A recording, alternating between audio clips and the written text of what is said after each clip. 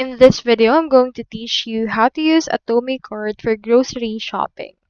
So if you have your Atome Card and you have recently been approved, then congratulations to you.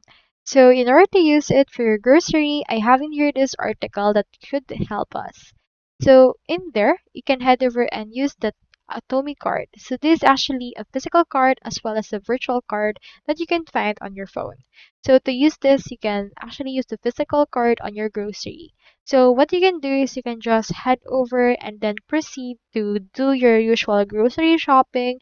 And when asked by the cashier on how you would like to pay, just say that you will pay by card. So they will actually give out a terminal that you can actually insert or tap your card to pay. So as you can see, Atomi physical cards can be used to spend in stores even when you travel, as well as for grocery shopping. So to use it, just head over and tap and make contactless payments or make in-person chip and PIN payments, and you can also spend online using this. So that's all there is today, and I hope this video helped you out.